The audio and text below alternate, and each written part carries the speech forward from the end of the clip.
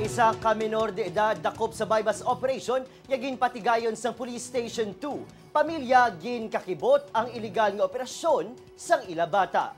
Yaring balita ang aton gintutukan. Nagapangutang sa Turko ang mag-asawa nga Cariel kag Maria agon may kapital sa ila magamay nga karenderya sa Purok Lampirong Barangay 2 Syudad sa Bacolod. Ginasigurado sang duwa nga desente ang ila palangitan-an agod may isagod sa mga kabataan. Buta nga ila ginakibot ang pagkadakop sa bypass operation sa ila 17 anyos nga bata. Amo na pag-abot ko lingko. Ay, sir, wala blang bata ko ikabaligya.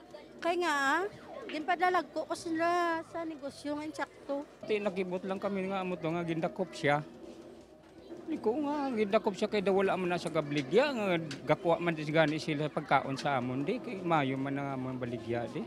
Na-recover man ang limatan ng kasashay sa ginapasuni shabu nga nagabugat 2 ka gramo. Pali bisan sa pagmangkot man naton sa iya ginikanan, ang ginikanan niya wala kabalo sa activities ng iyang bata ni.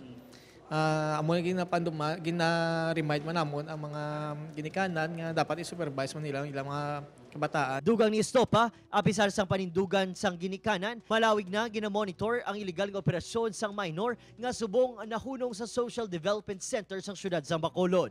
Isa pa nga sa monitoring man namon, siya engage sila sa illegal drugs sa itong minor sila.